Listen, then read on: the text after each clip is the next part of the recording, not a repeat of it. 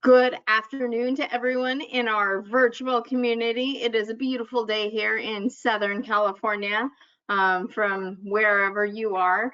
I am Michelle. I'm the outreach coordinator here at Pasadena Humane, just in case you haven't joined us before. And today we will be talking with the ever so intelligent and expert informational. He's almost like a dictionary. Our Dr. Toscano. How are you today, Dr. Matt? Very good. How are you? That was quite the intro. I am doing very well today. I'm excited to, get some more clarification on some of those myths that I've heard working in the shelter about microchips. Yes, it's a hot topic, fun topic, and important topic. So happy to be here. Yeah, so I'm hoping you can be, our in-house mythbuster today. So for our community that has not joined us before, I'm going to go over a few webinar reminders. Sorry, there's construction at my house. All right. So if you are joining us for the very first time, I'm going to let you know that this is an audio-visual presentation. So even though you can see and hear us and the dogs in the background, we can't hear or see you. So with that in mind, please use the chat box on the right-hand side of your screen to ask any questions that you have, and we'll try and get to all of them as time permits. Try and save your questions for the end, but I know sometimes that isn't possible. Today's webinar, we will be debunking those microchip myths. Upcoming, we're in a couple of weeks. If you have a feline friend like I do, we're going to be talking with Erica Danger, a cat photographer. We will also be talking with Dr. Cash from Base Paws on cat genetics and why it's important and what it does. Okay. If at any time you miss any part of this webinar, it is recorded and we will send it to you tomorrow afternoon. If you enjoy this webinar, you've learned a little something, and you want to make an impact for our shelter animals, go ahead and use this link here, and I will go ahead and drop it in the chat box as well. And without further ado, take it away, Dr. Matt. Ah, that's a 2018 shot. All right. Let's see.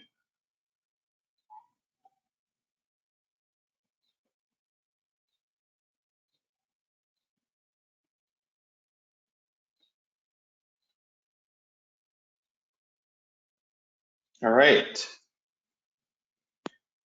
All right, well, thanks for having me. As Michelle said, we're going to talk about microchips today. This topic is really important, and I wanted to kind of give it a personal touch, just kind of years of experience in animal welfare, to talk about how important it is to really microchip. And it's not just one of these things we say it's important. It actually is super important for us, especially in the animal sheltering world, because we want to get your animals back to you. And so microchips make that as easy as possible. And along the way, I've heard a lot of things about microchips. And I just wanted to talk about them today because I feel like there's probably some seeds of truth in a lot of the kind of myths that are out there. And so I wanted to really clarify some of the myths and just talk about all the reasons why you should get your animal chipped, but also all the kind of fake information or just misinformation that's out there. So did we have that poll question queued up?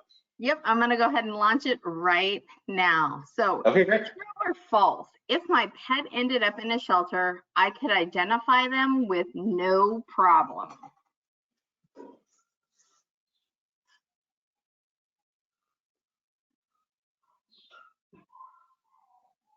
Okay. So, let's see, we're going to go ahead and close this poll in 3, 2, and 1. So, Dr. Matt, this is a very split decision. A lot of people say true, and a lot of people say false. Interesting. Okay, great. Well, let's dive into that because it's pretty loaded, and it's something that we don't really think about, but it's super important because you don't want to think about it in the moment when something happens, your pet gets lost. You want to be prepared for it. So I'm going to start with Chips, the rescue cat. It's a story about this cat, pretty standard story. Chips came into the shelter, really cute little orange cat. He stayed with us for his stray hold and then went out to foster. And then in the foster, he got some traction on adoption and basically ended up in a great home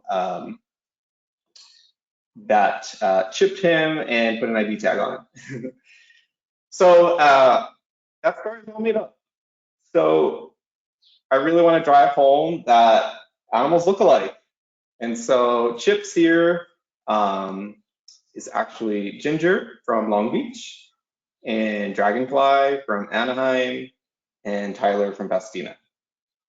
So I think we really need to talk about the fact that particularly cats, they all resemble each other in some way that are a certain color especially. And so orange cats, brown tabbies, I mean, they're all too commonplace for us. So you really want to kind of dispel this myth, right? That you love your pet so much that you would be able to identify them no matter what.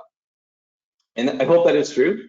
And I hope that, you know, you are able to identify them, but the reality is that animals look alike, right? So basically here, I'm just pulling things from Pet Finder. We've got Boo and Buddy, two black cats, pretty much identical. We've got Arnold and Palmer, two kind of orange tabby white cats. They are identical. And we've got Mario and Luigi here, pretty adorable names, but also pretty identical dogs. So I really just wanted to drive this home. We love our animals. They're very unique and personal to us. But when they get out, they are another animal that's out or another animal that comes to the shelter. And so, you know, you have that personal attachment, but no one else does. And so you want to really own the fact that they do look similar to each other. And then the other reality is that what we expect, right, is if our animal gets out and is picked up by animal control or a good Samaritan and brought to a shelter, basically, you know, we've come to expect in this age that a picture would go up on the website and you would just go on some type of pet finding site like Pet Finder, Pet Tango, whatever it might be, and you could just type in your animal and it would pop up, right, and the picture would be there and it would be all fine and well. And for the most part, that is true, but again, we want to really live in the reality of the situation, which is animal shelters are busy, and we've got, you know, the classic no picture, right? So for some reason, this cat Damon, which I'm just noticing the name right now, did not get a picture. Maybe it was taken, but it wasn't uploaded, or maybe it was uploaded, but there was some type of IT glitch. Maybe it just was never taken. So, you know, you might go online and see this. Maybe they just named your cat Damon, right? So you have an adult domestic short hair. That really doesn't help you at all. That might be your cat, but without a picture, that's going to be really hard. And then we've got the kind of the no face picture. So maybe you would be able to identify your pet from this, from their cute little paws. But, you know, that's going to be hard with this picture. This one is my absolute favorite. They did give a lot more pictures, but I just thought this was hilarious. It's kind of like the hippo butt picture. We got two really cute bully breed dogs, but you only see their butts. So I don't know, you probably could identify your dogs from that, but that's just a really good one for this purpose. And then this one is classic. Basically the terrified cat that is in a box or a trap or in the back of a cage. Lighting is really bad. You know, this cat could be a dark color, it could be a light color, you wouldn't really know because of the lighting. So really recognizing that, you know, shelter staff is not professional photographers, they do their best. rescues do their best. This is not to demean anyone's picture taking. This is really just to give the reality of the situation, which is it's really hard to take a picture of an animal that you just met that's either really scared of you or really wiggly, or you're just in a time crunch. And then the other reality of the situation is that the shelter staff or whoever it might be, the rescue group or whoever, is putting in identifiers, right? So there might be typos, there might just simply be the wrong identifier, or it might be just a difference of opinion, right? So if your animal comes into a shelter and that shelter is asked to describe your animal, you might get a different describer or identifier, right? So some people call this a gray tabby, some people call it a brown tabby. We're not talking about right or wrong right now. We're just talking about the reality, which is it gets put in all different ways. And then, we've got Gigi here, who's adorable, but definitely not an Affenpinscher. So, this probably was someone who just forgot to put in the breed. And, Affenpinscher is probably the first one on the list. And so it defaulted to Affenpinscher, right? If you were going online and searching Gigi, maybe you were putting in like a bully breed or a Weimaranean or a Labrador mix, you would not get Gigi. And then we've got Kevin Bacon, who unfortunately is not only the wrong color, but is the wrong breed, potentially. So Black Labrador, I don't know, I don't really see it, but again, if you lost Kevin Bacon, would you search Black Labrador? Probably not. Maybe, probably not. And then another reality is that, Good Samaritans, so if your pet gets out, a Good Samaritan might pick up your pet, roaming on the street, or, your dog running on the freeway potentially, and they might pick them up, put them in their car, and they might just keep driving to where they live, right? And so it's, the intent is not kind of up for discussion whether people do it intentionally or not, but the reality of the situation is your pet might get out, and the Good Samaritan picking up your pet might drive it to kind of a faraway shelter. And so you get these cases where if your pet gets out and you live, say, on the west side, your pet might show up on the east side, or vice versa, or whatever. And so we really want to be aware that you kind of lose all control when your dog or your cat gets out.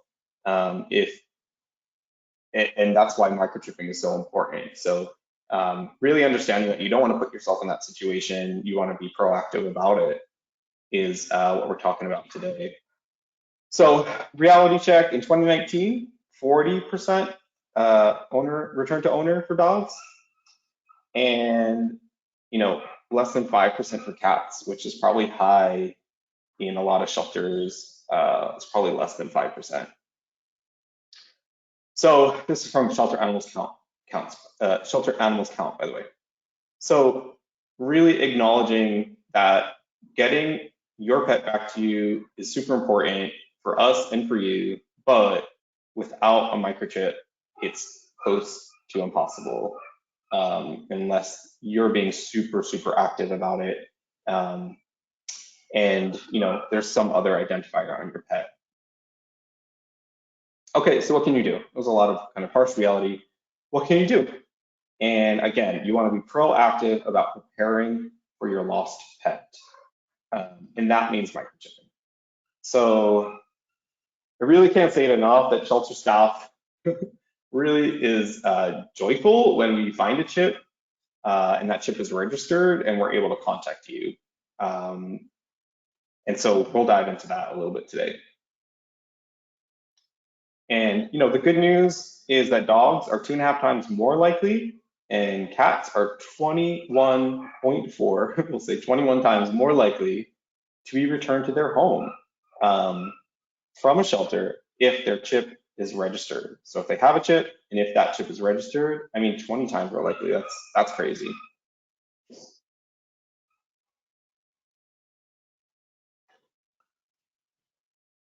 throw out another poll question here. Sorry. New poll. How big is a microchip? Is it microscopic, the size of a grain of rice, or the size of a toothpick?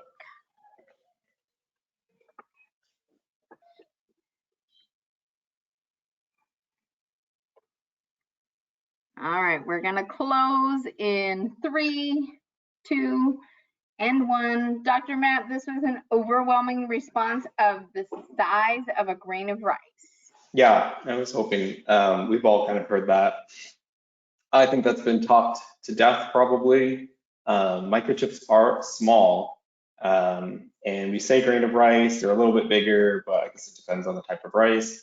But yeah, they're small. And basically here, less than half an inch. This is the type of needle that it comes in, which kind of looks probably big and scary on a PowerPoint like this, but really it's not that much larger than a needle you would give for an injection. And it goes between the shoulder blades, which has normally a lot of loose skin. So I think, we hear that a lot, or I hear a lot, it's too big, it's too scary. It's really small. And again, it's literally just like giving a vaccine. So if you're comfortable vaccinating your pet, you should feel comfortable microchipping your pet. Not you personally, but getting it done. So that kind of leads into myth number 2. So myth number 2 is that it will hurt too much. And I think, again, we're all really well aware the size of a microchip. And if you're not, again, it's the size of a grain of rice. So we're talking about something that's really small. And I really wanted to kind of express to people that, I'm not going to say it doesn't hurt. I don't think anyone could actually say that without being microchipped themselves. But what I would say is that in my experience, it's really, the animals show no real pain. It's mostly maybe just the stress of being handled, or kind of the shock of being injected with a needle. So I don't see any escalated pain response from a microchip as I would with a vaccine. It's all the same. So we have most animals not responding at all, some kind of sensitive animals just responding to the actual needle. But again, it's really no different than getting a vaccine. And so I actually asked my staff to create a little video. So this is Pasadena Humane Health staff inserting a chip in a cat, and kind of just showing how minimal to no potential pain.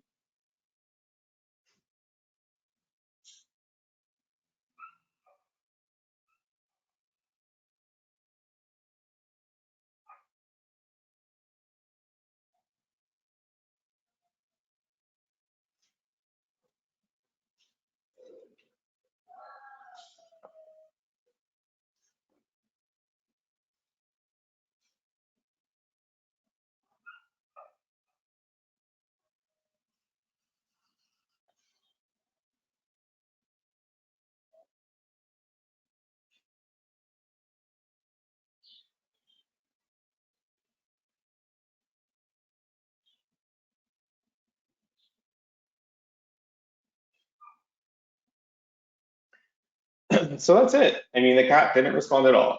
They don't know this cat. This cat, just came in. This is not like, well, it's their pet or something. Like, we don't know this cat. And so that just goes to show you how minimal the response is when you chip. And hopefully that kind of puts people at ease. And yes, every animal is different, just like every person is different. But the overwhelming response from animals is no response when you inject a microchip. At first I put no pain, all gain, but minimal pain. I can't speak entirely for it. And then myth number 3, the government will track me. And I actually, at first in my career when I heard this, was working out in the community, I laughed and I thought it was funny, and I didn't really understand that this has really serious kind of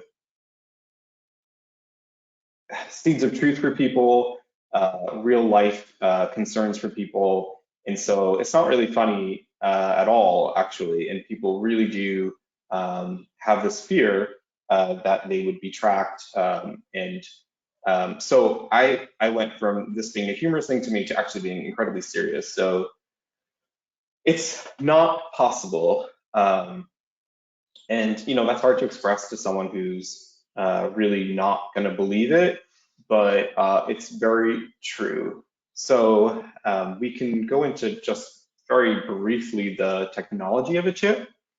So microchips are simple and elegant, and for all those reasons work really well.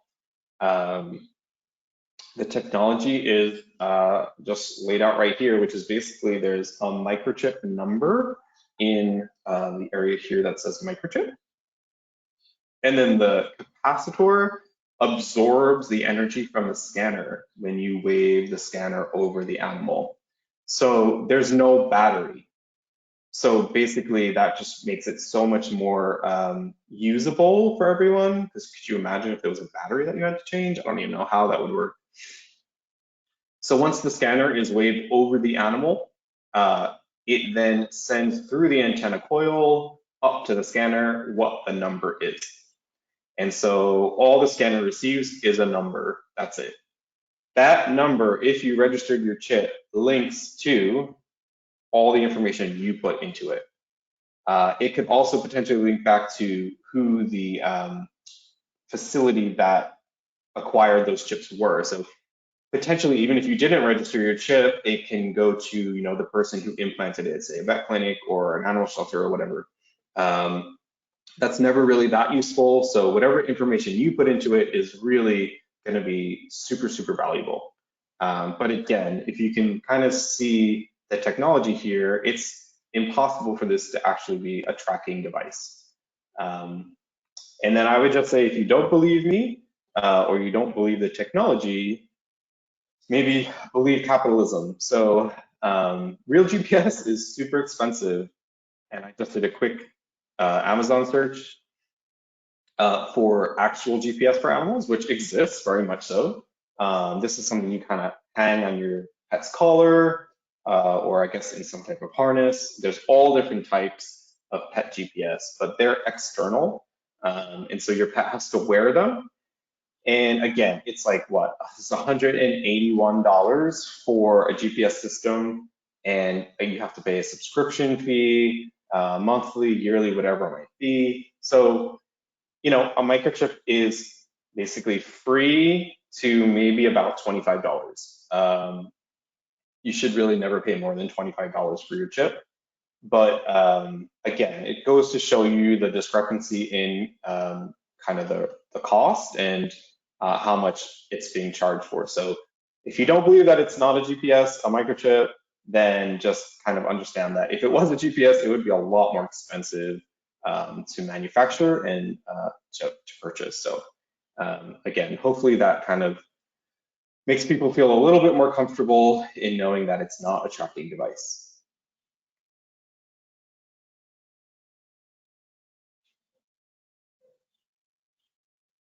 So myth number 4, my pet wears a collar, so I don't need a chip. And I want to spend some extra time on this one because I hear this a lot, and it's one of the most frustrating ones because a collar isn't good enough. And so I wanted to really dive into this because this is probably the most common one that I've heard in my experience. And one that is really frustrating for animal shelter staff. So kind of diving into collars, this is a cat collar. And for those of you who don't have cats, or those of you who have never purchased one of these collars, they are quick release, right? So that little buckle there pops open if your cat gets caught, and basically is to prevent any traumatic injury to your cat. But when used for identifying your cat, by the pure definition of the collar, it's basically not functional for identifying your cat, right? Because it's described as designed to break release when a cat's collar gets caught, allowing the cat to slip free, right? So we don't want them to slip free of their identification. So although these collars are good for multiple reasons, it's not good for identifying your cat.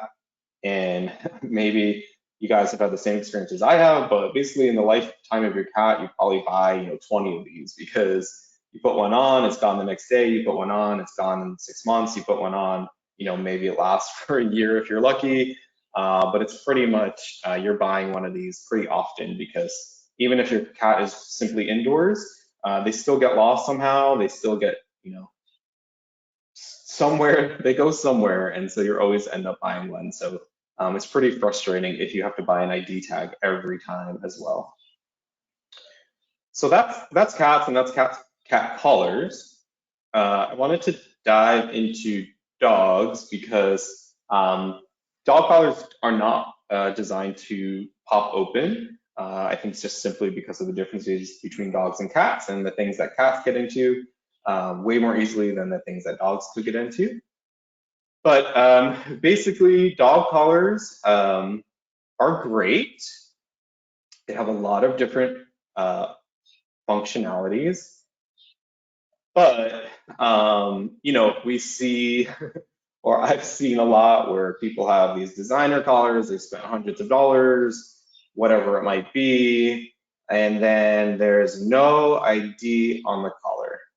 So your collar might be $200, but if there's no ID on it, it's pretty much pointless, except for an accessory on your dog, which in the animal shelter world is not really needed. So basically, this is your shelter staff. They're super frustrated because in front of us, we have this really pretty dog, clearly groomed really nicely, has a nice new collar. Someone loves this dog, and we know that.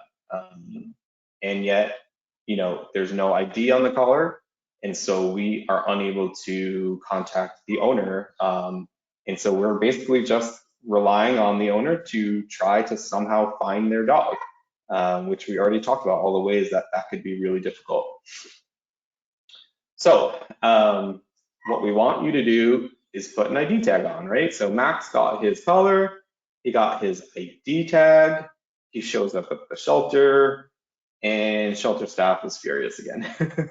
Because unfortunately, it's great that his name is Max, but it really doesn't matter to us. What we care about is your information. So we need a phone number, we need an address, we need multiple phone numbers.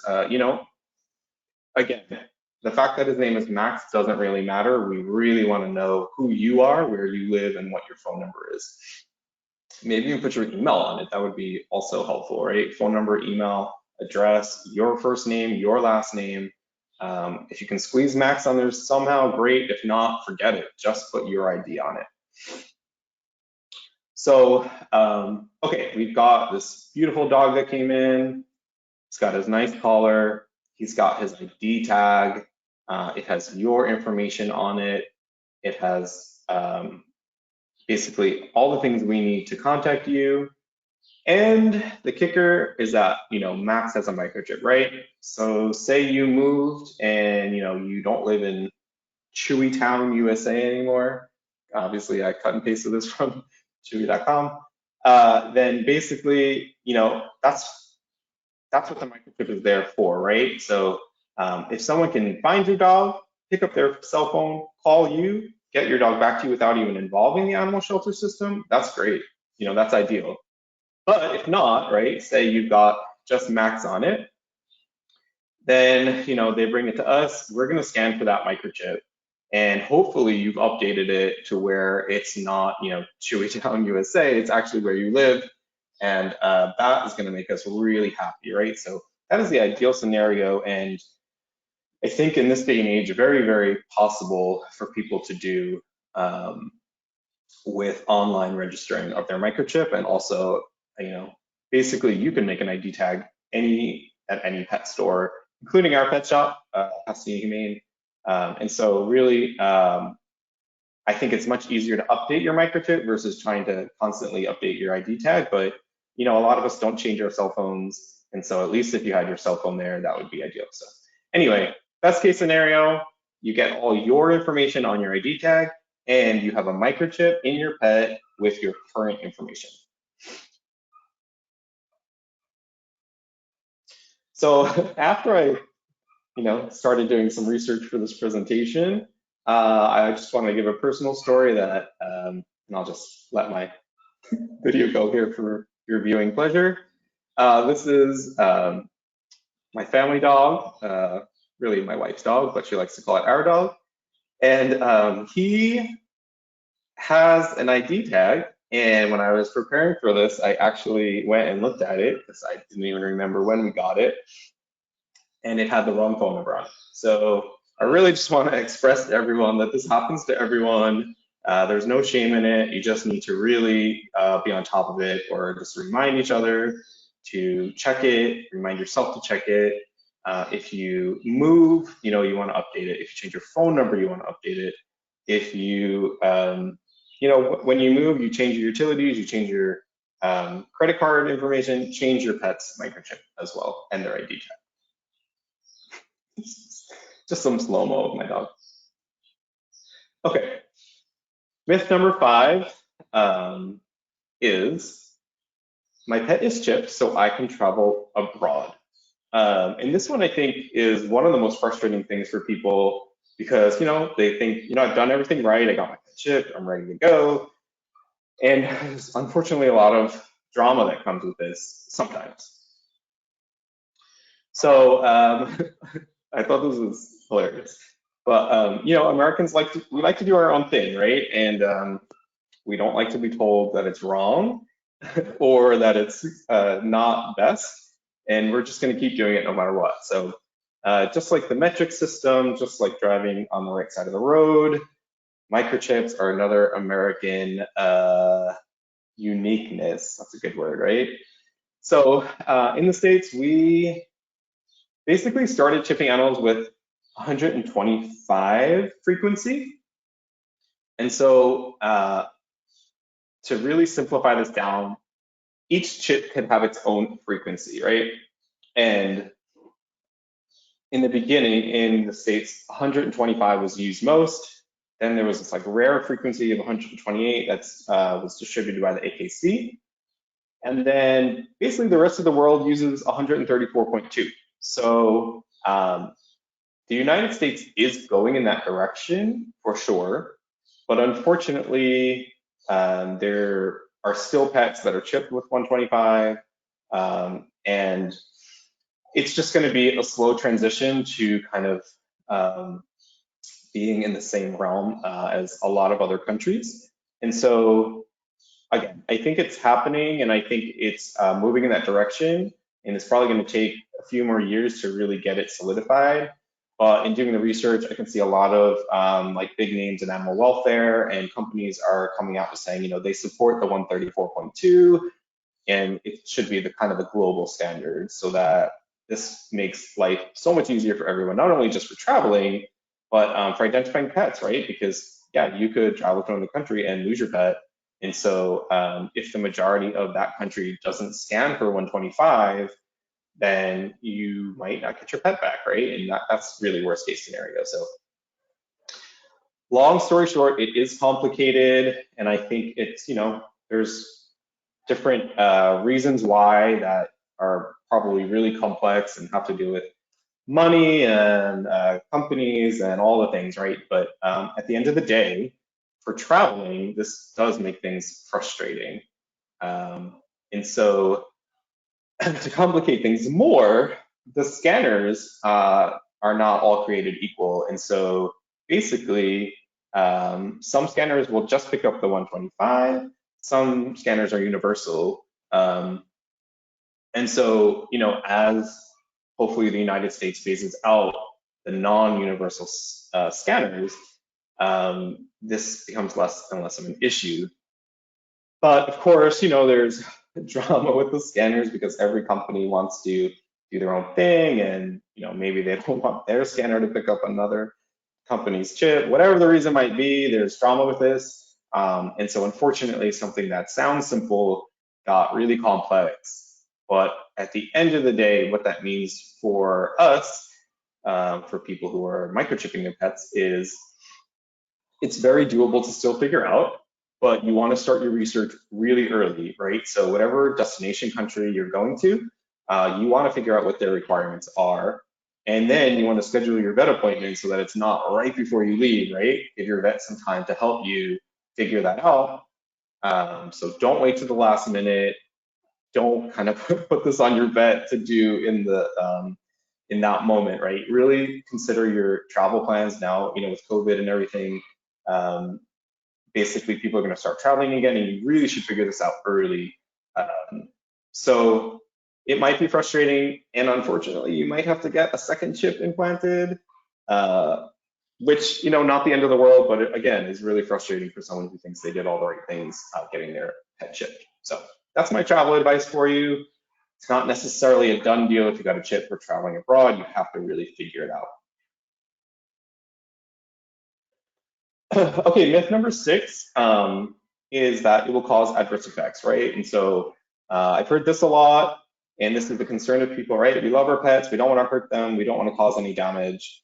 But fortunately, and this is from the British Small Animal Vet Association, they have a reporting structure there, and this is 2009, but basically in the 13 years that they kind of collected data, so almost 4 million pets chipped, there was not even 400 adverse events, and out of those adverse events, they were all pretty much minor.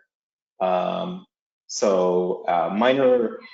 adverse events are like a hematoma formation, which is like a little pocket of blood, an abscess formation, or migration of the chip, or the chip might be a dud. It might not work. So again, out of 4 million pets over 13 years, less than 400 had adverse events, and out of those adverse events, a majority of them were super minor. The ones that were pretty traumatic were basically described as user error, right? So they were put in improperly by the user. But as you saw on the video that I showed from my staff, once you understand how to do it, it's really simple, which is why I always have your vet, your vet and their staff do the chip for you. I never recommend having someone do that themselves. You definitely want to be well trained in doing it, because when you are, the chances of having an adverse event are, I won't say none, right? We never want to say that, but minimal to none. So in my experience, most adverse events, like I said, are minor. You got the dud chip, which basically means that it's a dud. It didn't work for some reason. And to counter that, you should, or the vet staff should always scan the chip in the package before they insert it. And that's when you figure out either your scanner is broken, which is something you should fix as well, but your chip might be a dud, right? So if it doesn't scan before you insert it, either check your scanner or get another chip if you know your scanner is working well. And then minor skin bleeding, just like any vaccination or injection under the skin, you might hit a skin bleeder, which is super minor and goes away pretty much right after you put a little bit of pressure. Abscess hematoma formation, I don't think I've actually ever seen these, maybe once, but again, in all the years, I couldn't give you a story about one. And then migration of the chip is something that, again, is not a big deal in the way of hurting the animal, but could be an issue if they're not scanned properly. So this one I just like to talk about because I don't know if everyone knows that the chip can migrate. And so chips are inserted, as you saw in the video, between the shoulder blades right here. But you've got these animals with some loose, wiggly skin, and over time, that chip could actually drop to the elbow. And so you really, veterinary professionals are aware of this. And when we scan all over the body, or at least we should, to make sure we're not missing a chip. And that actually, Another place where the chip could commonly go is, and when I say commonly, it's still rare, but if it does happen, it could go to the chest. So the skin, kind of below the neck, especially in like loose skin dogs. Actually said something one day, it's like, hey, I've never actually found the chip not between the shoulder blades. And that day, I scanned an animal and found the chip in the chest, and we were able to get that animal back to its owner. And so it really drove home that we shouldn't be complacent when we scan. It's really important to scan everywhere. So it's kind of pink line going across, really describing how an animal should be scanned. And, you know, I think we all kind of get complacent with it at times because it's kind of old hat, but really to do a proper scanning, you need to go from head to toe, up and down, back to feet, you know, elbows to knees. You need every single place because they really could migrate and you never know. And if you miss that chip, that unfortunately, you know, that owner is at a loss then. So we really want to make sure we're doing that right. So again, risk versus reward, super low risk.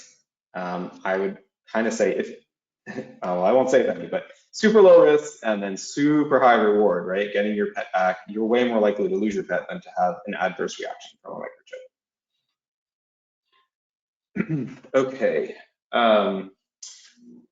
Myth number 7 is the final myth, and this one I definitely hear a lot. It's like, yeah, you know, I ask people all the time, even if they're coming for something different, or if I'm talking to someone in passing about something different.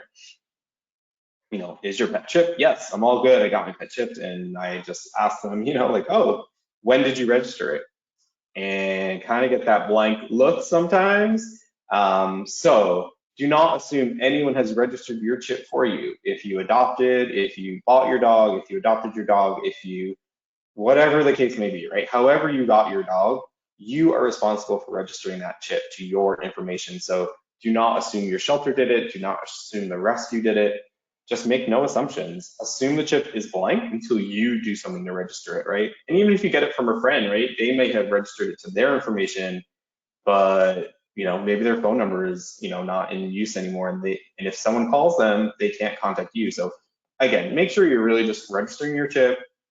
Super common scenario is that people get the chip and they think that it's all good and done, or the place that gave them the chip or implanted the chip registered it for them.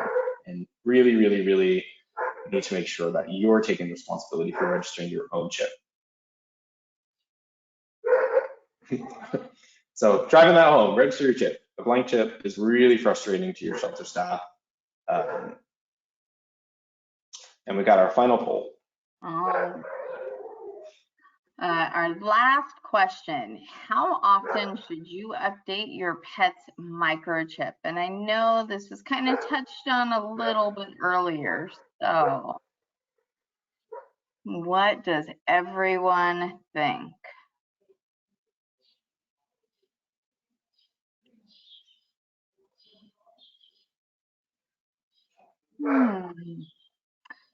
This is interesting.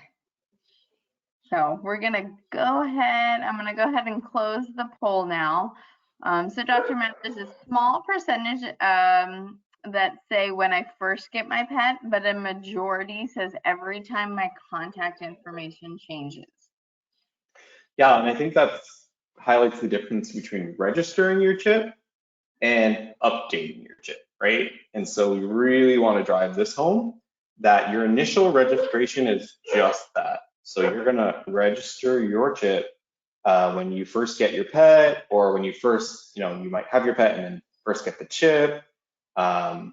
There's no age limit for this. I don't care if your pet's 20 years old, they still should go and get a microchip.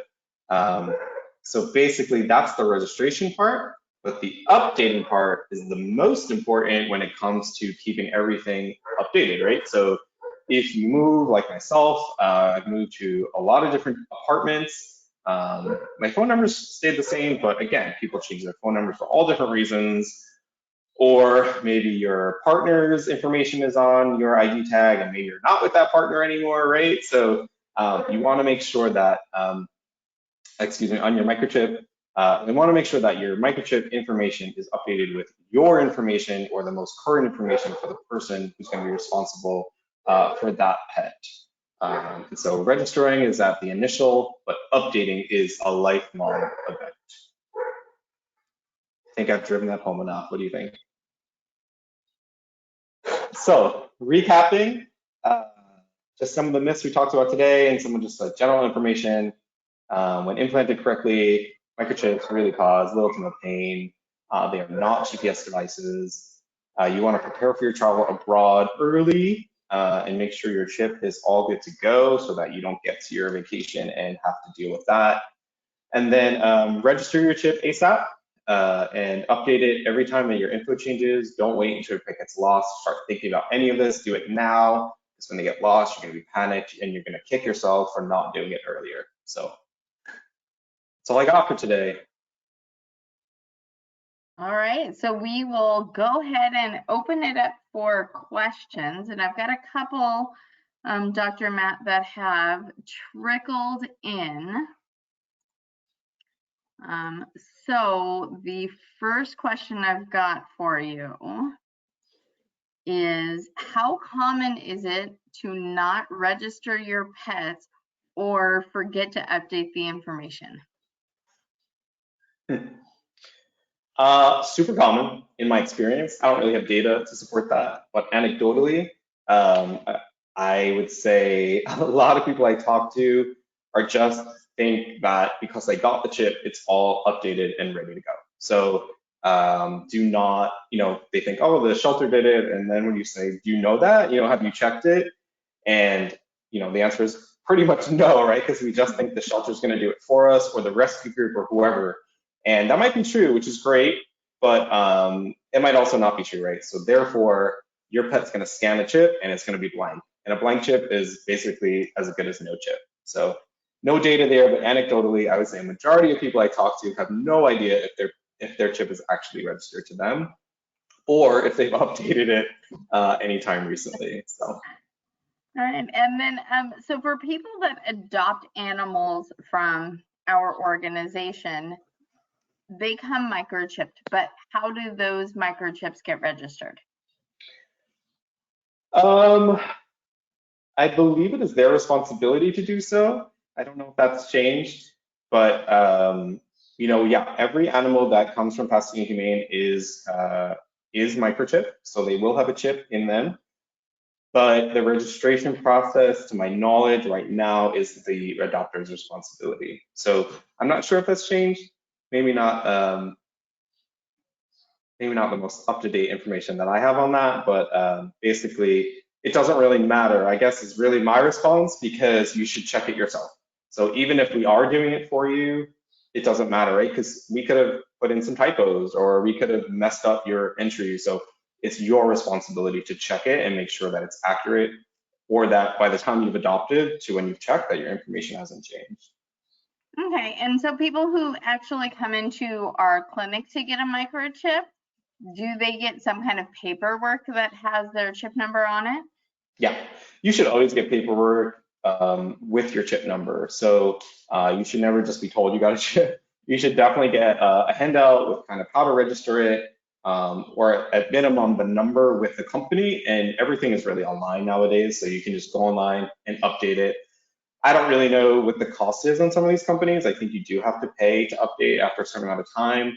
Depends completely on the company. Let's be real, this is a business, right? So there are databases where you can update your pet's chip for free.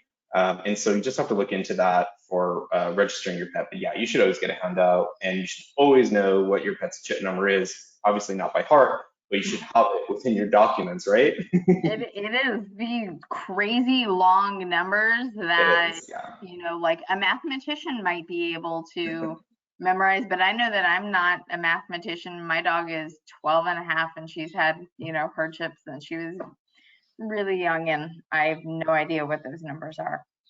Yeah, no, you should just have it with your files. I keep it with kind of just like my personal vaccines, my pet's personal vaccines, and their microchip. It should all go together. It's basically part of your, consider it part of your medical record. Yeah.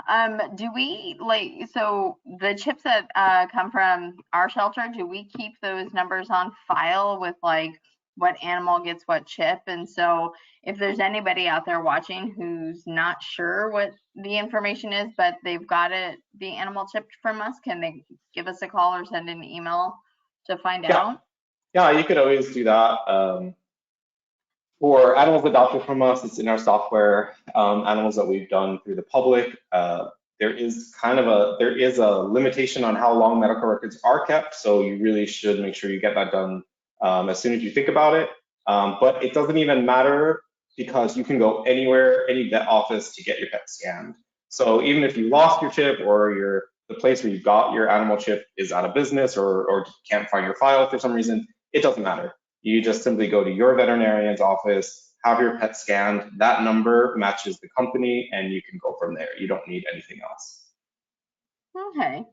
So, and I know, we were talking about, you were mentioning updating and if there's a fee after so long. So I moved about a year ago and I did update my dog's chip information. So I'm gonna pat myself on the back for remembering. And there wasn't a charge. It was just a charge if I wanted to get her like a new ID Right. to go with that microchip. And so, but I will say that from personal experience, they're extremely valuable. I used to have a Siberian Husky and she liked to take herself for walks once in a while. She figured out how to open the gate, um, which, and I got a couple of calls from the microchip company saying, hey, this is where your dog's at. Do you want to go get her? Yeah, yeah, it's never happened to me personally, but I'm the same. I've moved a lot to different apartments, and I've forgotten to do it when I've moved. So I think that the value is definitely there. And again, you don't want to be stressing when it happens because when you lose your pet, you're all worked up, and you don't want to get down on yourself for not having done it because it's super easy. And just a plug for our vaccine microchip clinic, we do that weekly. So if you live in the area or not, you can come from anywhere. It's not just for our service area, it's for anybody. It's pretty simple. Get your vaccines, get your microchip. If you can't afford it, we have a program for our service cities. So really, there's no reason not to do it, and you can always find a way to get it. And if finances are an issue, always find get it for a low cost or free. So it's So out there. do guinea pigs get microchipped? We do not microchip guinea pigs here, but they could. Yeah, I don't see why they wouldn't be able to. But no, we do dogs, cats, rabbits. There's animals could be microchipped, like turtles, horses. They're doing it a lot now instead of ear tags. For livestock, they're doing microchips instead. They're really small, really easy, and really safe. So I don't see why not. Sure, yeah. Okay. Another question we have, does any vet have a scanner? Depends on your vet, but I would say I would be hard pressed to think of a veterinarian that doesn't have a scanner, um, or that doesn't implant microchips themselves. What I would say is going back to my slide about the scanner itself, it's really important that it's a universal scanner. So if you're getting chipped, I really would say go with the 134, which hopefully is what your vet's distributing now, moving away from the older ones so that we can kind of be with everyone else in this kind of identifying and microchipping animals. But yeah, I would say if your vet doesn't have one, that would be really unique, but you want to make sure that what they do have is universal. Do we use 134 microchips at the shelter? We do, yeah. Oh, good. So we Yeah. can take, It's becoming way more commonplace, but again, just in the research that I've done, there are still places doing the American chip, whatever, 125, 128, I don't even know. But yeah, I think everyone is basically moving towards the 134. So okay. hopefully Another less question. microchip trauma. Yeah. So another question. When did we start using 134? I couldn't really say. I've only been with the society for 2 years, and to my knowledge, they've been 134. But honestly, that's a good question. I know currently we use them now, but I couldn't say when we quote unquote started using them. Okay. Yeah. But again, any universal scanner will pick up any chip. So you'll be able to identify the chip and based on that chip, figure out with the company which frequency it is, and if you have to get a different chip if you're going to travel, or you just want a different chip because it's more universally accepted. Okay, thank you. That is all the questions we have from the audience, unless anybody rolls in very last minute. Dr. Matt, I want to thank you for taking your time today to educate us on the microchips. And, you know, like I said, I will attest that those breakaway collars do exactly what they need to. My cat got into my closet and came out without a collar. And it took us about a week and a half before we actually found the collar, you know, in some random corner in the closet. Yeah. Like, yeah. It wasn't a place that we wouldn't have actually looked for it. So, and you're right, many pets do look alike. He's a black cat. Yeah. I see pictures of websites all the time going, how did you get on there? I didn't authorize that. So yeah, they do look alike. And Me too. Yeah, chips will really make animal shelter staff happy, and we want your pet to go back to you. So I think it's really just an easy thing for everyone. Well, hopefully it's an easy thing, making it easier, making it less barriers to getting a chip.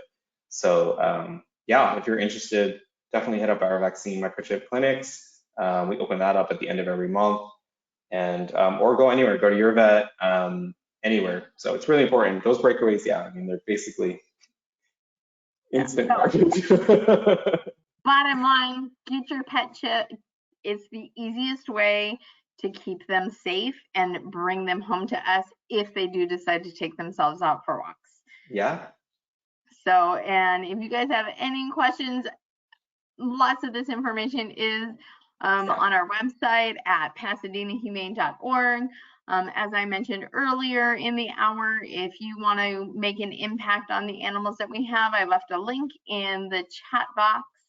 And we're going to sign out for the afternoon. Have a great day, everyone. Bye-bye. Bye.